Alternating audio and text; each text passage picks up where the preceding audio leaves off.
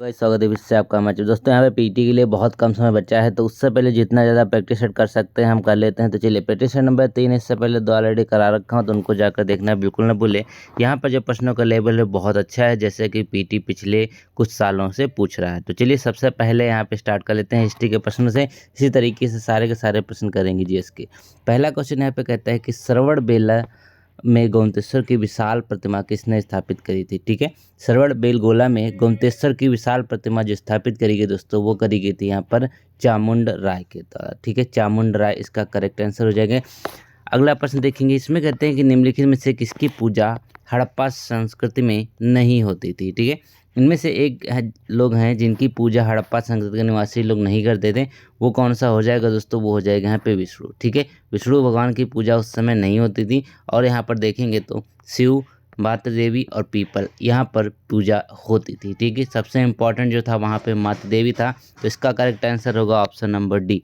अगले प्रश्न पे चलते हैं। तो कहा गया है कि निम्न में से कौन सा एक कवि एवं संगीतक था जो कविराज अथवा कवियों के शासक के उपनाम से प्रसन्नता का अनुभव करता था। ठीक है, यानी कि ऐसा कवि और संगीतक जिसका उपनाम कविराज और कवियों के शासक के रूप में था। ठीक है, तो ये कौन सा हो जाएगा दोस्तों? समुद्रगुप्त। समुद्रगुप्त को कविराज और कवियों के शासन के रूप में जाना जाता है। अगला प्रश्न देखेंगे। अगले प्रश्न में कहा गया कि दिल्ली का प्रथम सुल्तान जिसने दरबार में गैर इस्लामी प्रथाओं का प्रचलन किया था, वो कौन था? ठीक है, अब देखिए यहाँ पर एक प्रथम सुल्तान था दिल्ली का जिसने गैर इस्लामी प्रथाओं का प्रचलन शुरू किया था। तो ये कौन सा हो जाएगा दोस्तों? वो होगा यहाँ पे ऑप्शन नंबर ई, यानी कि देखिए अकबर जो थे उन्होंने स्टार्ट किया था, उन्होंने देवी पूजा भी स्टार्ट की थी। ठीक है, तो इसका करेक्ट आंसर क्या हो जाएगा यहाँ पर? वो होगा ऑप्शन नंबर ई होगा। ठीक है, अकबर के समय भी था और यहाँ पर बलबन के समय भी था, तो यहाँ पर दोनों को भी कहा जा सकता है, बलबन और अकबर के समय में। ठीक है, अगला प्रश्न देखिए। इसमें कहा गया शिवाजी के निम्नलिखित उत्तराधिकारियों में से किसने औरंगजेब ने ईमानदार की उपाधि दी थी। ठीक है, अब देखिए शिवाजी के निम्नलिखित उत्तराधिकारियों में से किसे औरंगजेब ने ईमानदार कहा था, वो आपको बताना है। तो 5 का करेक्ट आंसर क्या होगा? ताराबाई को औरंगजेब ने ईमानदार की उपाधि दी थी। ऑप्शन नंबर बी सही होगा। अगला प्रश्न देखिए, यहाँ पर राष्ट्रीय आंदोलन से संबंधित है। क्योंकि कहा गया कि भारतीय राष्ट्रीय कांग्रेस के किस अधिवेशन में मौलिक अधिकारों का संकल्प पारित हुआ था। ठीक है, अब कौन सा वो अधिवेशन था जिसमें मौलिक अधिकारों का संकल्प पारित किया गया? तो दोस्तों ये था कराची अधिवेशन 1931। ठीक है, याद रखेंगे, अच्छा प्रश्न बन के आता है ये, कराची अधिवेशन 1931। अगला प्रश्न है, निम्नलिखित में से किस आंदोलन से गांधी जी संबंधित नहीं थे। ठीक है, अब इसमें से कौन सा आंदोलन है जिसमें गांधी जी से संबंधित नहीं थे, ये आपको बताना है। भारत छोड़ो आंदोलन से तो थे ही, ठीक है, ये तो आप लोग जानते ही हैं। सत्याग्रह से भी थे, खिलाफत आंदोलन से भी, लेकिन स्वदेशी आंदोलन जो हुआ था 1905 में, उससे संबंधित नहीं थे। प्रश्न संख्या 8 में देखेंगे, तो इसमें कहते हैं कि 1946 में आज़ाद हिंद फौज के दिल्ली लाल किले के मुकदमे में वकीलों के समूह का नेतृत्व किसने किया था। ठीक है, अब आज़ाद हिंद फौज के दिल्ली लाल किले में जो मुकदमे के वकीलों के समूह का नेतृत्व किया था दोस्तों, वो था यहाँ पर भूला भाई देसाई। ठीक है, कौन सा इसका करेक्ट आंसर होगा? भूला भाई देसाई। ये आपके करेक्ट आंसर हो जाएंगे, याद रखेंगे, ये बहुत अच्छा प्रश्न आपको पूछा जाता है बार बार। ठीक है, तो ये होगा आपका भूला भाई देसाई। चलिए अब अगले प्रश्न पे चल लेते हैं। अगले प्रश्न की अगर बात करें दोस्तों, क्वेश्चन नंबर 9 होगा। प्रश्न संख्या 9 में कहा गया कि भारतीय राष्ट्रीय कांग्रेस का सर्वप्रथम मुस्लिम अध्यक्ष किसे नियुक्त किया गया था। बहुत ही आसान प्रश्न था। सबसे पहले जो मुस्लिम अध्यक्ष थे वो कौन से थे? बदरुद्दीन तैयब जी। ठीक है, ऑप्शन नंबर ए सही हो जाएगा, बदरुद्दीन तैयब जी ये प्रथम मुस्लिम अध्यक्ष बनाए गए थे। ठीक है, और उन्होंने कौन सा किया था? मद्रास का। ठीक है, मद्रास जो हुआ था 1887 में हुआ था, 1900 में नहीं, 1887 में। अगला प्रश्न देखेंगे, इसमें कहा गया कि महात्मा गांधी ने दांडी यात्रा के समय सविनय अवज्ञा आंदोलन परिवर्तित कर दिया था। ठीक है, अब गांधी जी ने दांडी यात्रा के समय सविनय अवज्ञा आंदोलन जो परिवर्तित किया था, वो यहाँ पर इसका करेक्ट आंसर क्या होगा? वो होगा ऑप्शन नंबर यहाँ पे ई हो जाएगा। ठीक है, वो क्यों? देखिए 1930 में किया था, लेकिन यहाँ पे 1930 ऑप्शन आपको दिख नहीं रहा, तो 1930 यहाँ पे करेक्ट हो जाएगा। अगला प्रश्न देखेंगे, इनका आ गया अरावली। अब ज्योग्राफी के देखिए, अरावली पर्वत श्रेणी की सबसे ऊंची चोटी कौन सी है? ठीक है, जो अरावली पर्वत श्रेणी है इसकी सबसे ऊंची चोटी जो कौन सी है, वो होगी गुरु शिखर। याद रखेंगे, गुरु शिखर अरावली की सबसे ऊंची चोटी मानी जाती है, ये आप देखेंगे।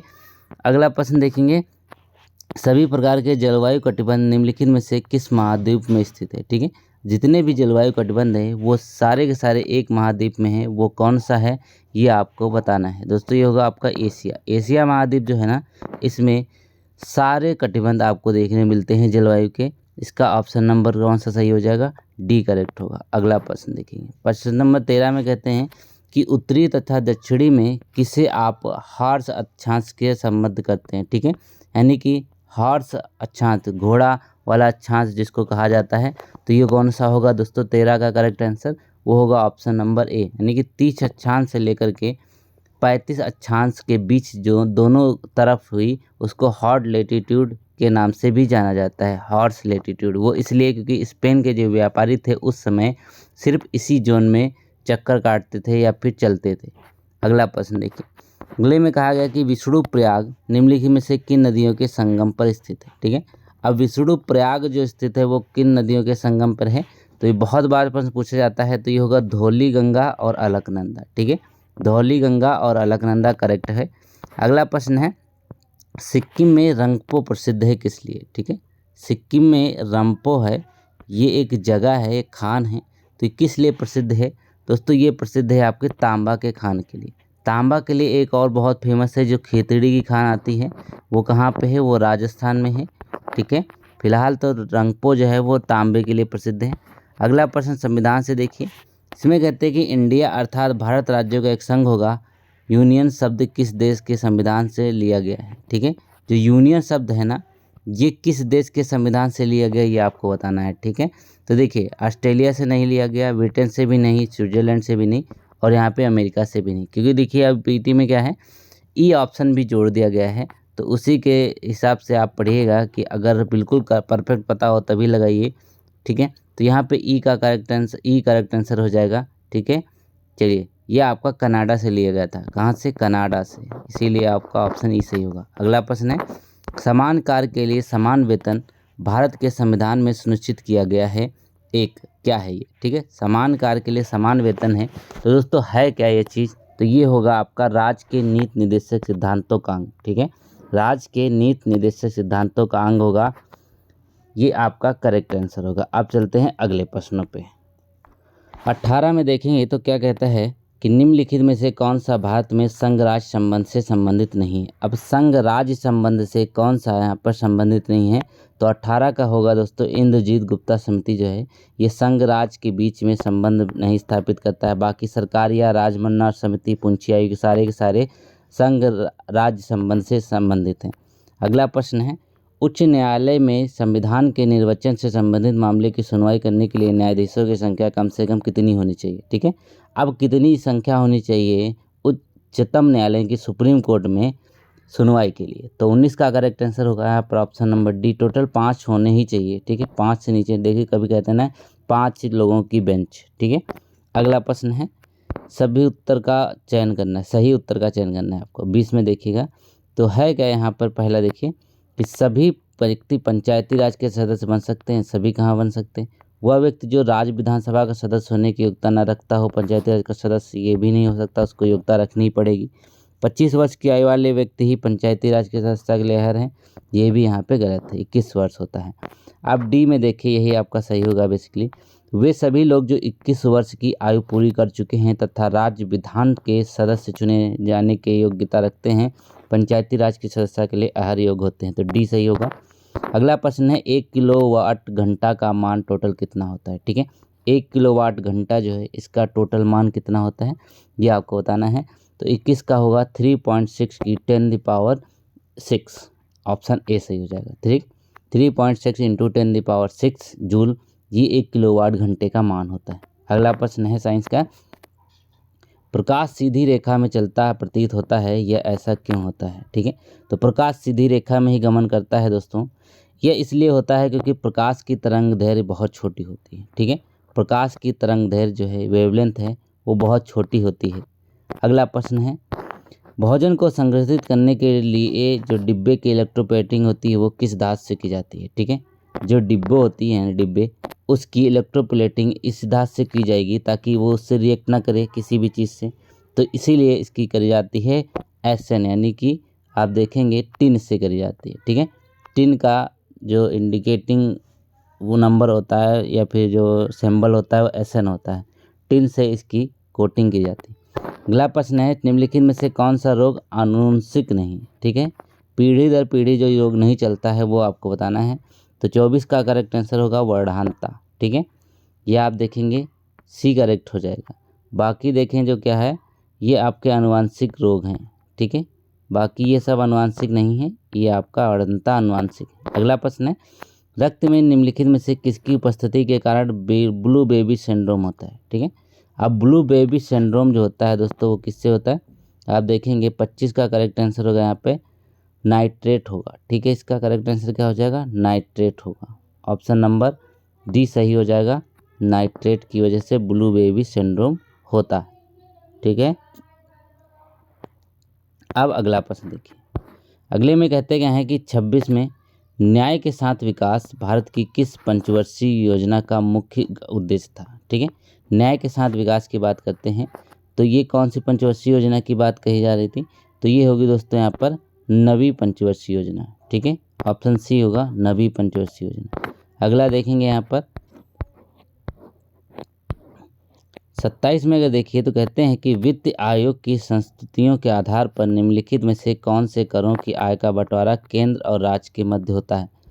तो 27 का करेक्ट आंसर होगा यहाँ पर ऑप्शन नंबर सी, आय कर और उत्पाद शुल्क जो है वो केंद्र और राज्य के बीच में बांटा जाता है, ठीक है, आय कर और उत्पाद शुल्क केंद्र और राज्य के बीच में बांटा था।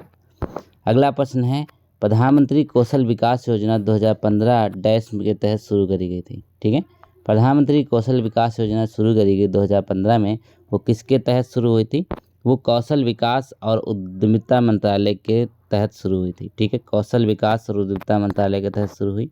अगला प्रश्न है, स्वर्ण क्रांति किस क्षेत्र में संबंधित है, बेसिकली है स्वर्ण क्रांति जो गोल्डन रिवोल्यूशन है वो किससे संबंधित थी दोस्तों, तो ये होगी आपकी ऑप्शन नंबर सी करेक्ट हो जाएगा, जो है आपका माफ़ कीजिएगा बी सही हो जाएगा 29 का, वो होगा यहाँ पे फल से संबंधित, ठीक है, स्वर्ण क्रांति फल से संबंधित होगी, ऑप्शन नंबर यहाँ पे बी करेक्ट होगा। अगला प्रश्न देखिए, समष्टि अर्थशास्त्र जहाँ पे माइक्रो इकोनॉमिक्स होती है, इसमें 2 पॉइंट दिए हुए हैं। पहला है कि संसाधनों का पूर्ण रूप से उपयोग न होने के कारण, ठीक है, कुल निर्गत के निर्धारण, ये यहाँ पर आपको बताया गया है माइक्रो इकोनॉमिक्स की परिभाषा के रूप में। तो दोस्तों यहाँ पे जो करेक्ट आंसर होगा वो होगा 30 का डी वाला, यानी कि ए और बी दोनों सही पॉइंट है यहाँ पर। अगला प्रश्न देखिए, नाग पंचमी हिंदू कैलेंडर के किस महीने में मनाई जाती है। अब जनरल अवेयरनेस के 10 प्रश्न हैं। तो नाग पंचमी जो सेलिब्रेट की जाती है हिंदू कैलेंडर के हिसाब से वो मनाई जाती है यहाँ पर ऑप्शन सी, यानी कि सावन के महीने में। सभी लोग जानते हैं सावन में नाग पंचमी आती है।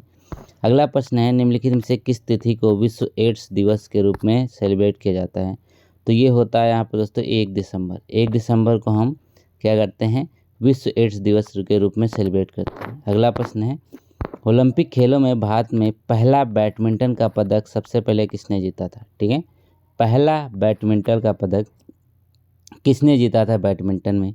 तो 33 का करेक्ट आंसर है वो होगा साइना नेहवाल, साइना नेहवाल। अगला प्रश्न देखिए, गिद्ध संरक्षण एवं प्रजनन केंद्र निम्नलिखित में से कहाँ पर आयोजित किया गया है। ठीक है, कहाँ पर है ये गिद्ध एवं संरक्षण एवं प्रजनन केंद्र कहाँ पर है। तो इसका करेक्ट आंसर होगा 34 का दोस्तों, वो हो जाएगा यहाँ पे ए पिंजौर। ठीक है, पिंजौर इसका करेक्ट आंसर है। पिंजौर है कहाँ दोस्तों, ये बेसिकली हरियाणा में पड़ता है, 4 में है, याद रखेंगे। अगले प्रश्न पे चलते हैं। राज्यसभा में राष्ट्रपति द्वारा कितने सदस्य मनोनीत किए जाते हैं, ये प्रश्न पूछा गया है। तो राज्यसभा में जो राष्ट्रपति 17 सदस्य मनोनीत करता है वो कितने होते हैं। तो 35 का करेक्ट आंसर होगा यहाँ पर, वो होगा ई होगा। क्यों होगा ई, चलिए देख लेते हैं। क्योंकि टोटल 12 सदस्यों की नियुक्ति करता है। कितने, टोटल 12 सदस्यों की नियुक्ति करता है, तो इसलिए ई करेक्ट होगा। निम्नलिखित में से किस भारतीय राज्य की सीमा नेपाल से नहीं लगती है। ठीक है, अब नेपाल से जिसकी सीमा नहीं लगती है आपको बता, टोटल 5 राज्यों की नेपाल से सीमा लगती है। तो देखिए, पश्चिम बंगाल, उत्तर प्रदेश, उत्तराखंड और असम यहाँ पर दिया हुआ है। तो 36 में अगर आप ध्यान से देखेंगे तो उत्तराखंड की सीमा लगती है, उत्तर प्रदेश की लगती है, पश्चिम बंगाल की लगती है, लेकिन असम जो है इसकी सीमा नेपाल से नहीं लगती। अगला प्रश्न है, यूनान की राजधानी क्या है। ठीक है, यूनान की जो राजधानी है ये आपको बताना है। तो ये होगा आपका 37 का करेक्ट आंसर होगा सी, यानी कि एथेंस जो है ये यूनान की राजधानी है। ठीक है, अब देखेंगे क्या, चलते हैं अगले प्रश्न पे। अगले में कहा गया कि निम्नलिखित में से किस राज्य में लेजिस्लेटिव असेंबली क्षेत्रों की संख्या सर्वाधिक है।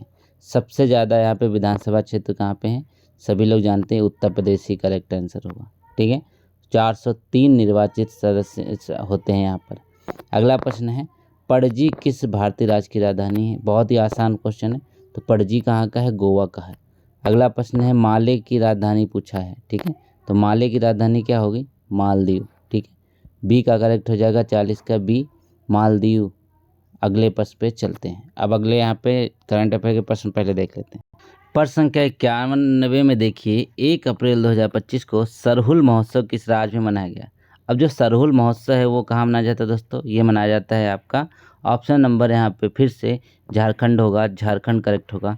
सरहुल महोत्सव झारखंड में सेलिब्रेट किया जाता है, अप्रैल माह के बीच में होता है। साल वृक्ष की इसमें पूजा की जाती है। अगला प्रश्न है 92 में कि अप्रैल 2025 में स्टार्टअप महाकुंभ का आयोजन कहाँ किया गया। ठीक है, अप्रैल 2025 में स्टार्टअप महाकुंभ का जो आयोजन किया गया वो दोस्तों हुआ था 92 का करेक्ट आंसर बी, नई दिल्ली में। ठीक है, स्टार्टअप महाकुंभ नई दिल्ली में हुआ और जो महाकुंभ है वो उत्तर प्रदेश के प्रयागराज में हुआ। अगला प्रश्न है अप्रैल 2025 में नेस्ट यानी कि NESTC का पहल किस क्रम का स्थापना दिवस मनाया गया। ठीक है, तो 93 का करेक्ट आंसर होगा 7वां, इसका करेक्ट है। अगले प्रश्न पे चलते हैं। कहा गया कि अप्रैल 2025 में भारत ने किस वर्ष बिम्स्टेक खेलों की मेजबानी की घोषणा करी है। और जो बिम्स्टेक खेल है ना ये भारत में आयोजित होंगे और ये किस वर्ष किए जाएंगे, तो इसका करेक्ट आंसर होगा यहाँ पे 2027। ठीक है, 2027 में बिम्स्टेक खेलों की मेजबानी भारत करेगा। अगला प्रश्न है मार्च 2025 में किस राज्य ने सारथी चैटबॉट लॉन्च किया है। ठीक है, सारथी चैटबॉक्स लॉन्च किया, तो ये होगा यहाँ पे आपका option number A, Haryana. Haryana में सारथी चैट बॉक्स लॉन्च किया गया है, ऑप्शन ए करेक्ट होगा। अगला प्रश्न है अप्रैल 2025 में किस देश ने वाटर हाईवे नामक परियोजना को शुरू किया है। ठीक है, एक वाटर हाईवे नामक परियोजना शुरू करी गई है, ये है दोस्तों यहाँ पर आपका मोरक्को की तरफ से। ऑप्शन बी सही हो जाएगा, मोरक्को में वाटर हाईवे के नाम से एक परियोजना शुरू करी गई है। अगला प्रश्न है मार्च 2025 में म्यांमार में आए भूकंप की तस्वीरें किस उपग्रह द्वारा ली गई थी। ठीक है, म्यांमार में जो भूकंप आता है उसकी तस्वीरें ली जाती हैं यहाँ पर किससे, वो होगा यहाँ पर दोस्तों 97 का कार्टोसैट 3 से। ठीक है, कार्टोसैट 3। अगला प्रश्न है अप्रैल 2025 में टाइगर ट्रम्प 2025 अभ्यास भारत और किस देश के बीच में होता है। ठीक है, टाइगर ट्रम्प जो होता है दोस्तों वो किसके किसके बीच में होता है, वो होता है यहाँ पर अमेरिका और भारत के बीच में, ऑप्शन सी करेक्ट होगा। अगला प्रश्न है अप्रैल 2025 में चर्चा में रही हुस्कुर मधुरम्मा देवी यात्रा का संबंध किस राज्य से है। तो मधुरम्मा देवी का संबंध किससे है, वो है दोस्तों यहाँ पे कर्नाटक से। ऑप्शन ए करेक्ट हो जाएगा, कर्नाटक यहाँ पे सही होगा, मधुरम्मा देवी। अगला प्रश्न है अप्रैल 2025 में अपनी विधानसभा की कार्यवाही का आयोजन सांकेतिक भाषा में करने वाला पहला राज्य कौन सा है। ठीक है, तो 100 का करेक्ट आंसर होगा option number B, Punjab. Punjab में सांकेतिक भाषा में भी क्या होगा, कार्यवाही होगी विधानसभा की। दोस्तों यहाँ पे 50 क्वेश्चन जीएस के पूरे हो गए। वीडियो पसंद आए तो लाइक करें। Thank you so much.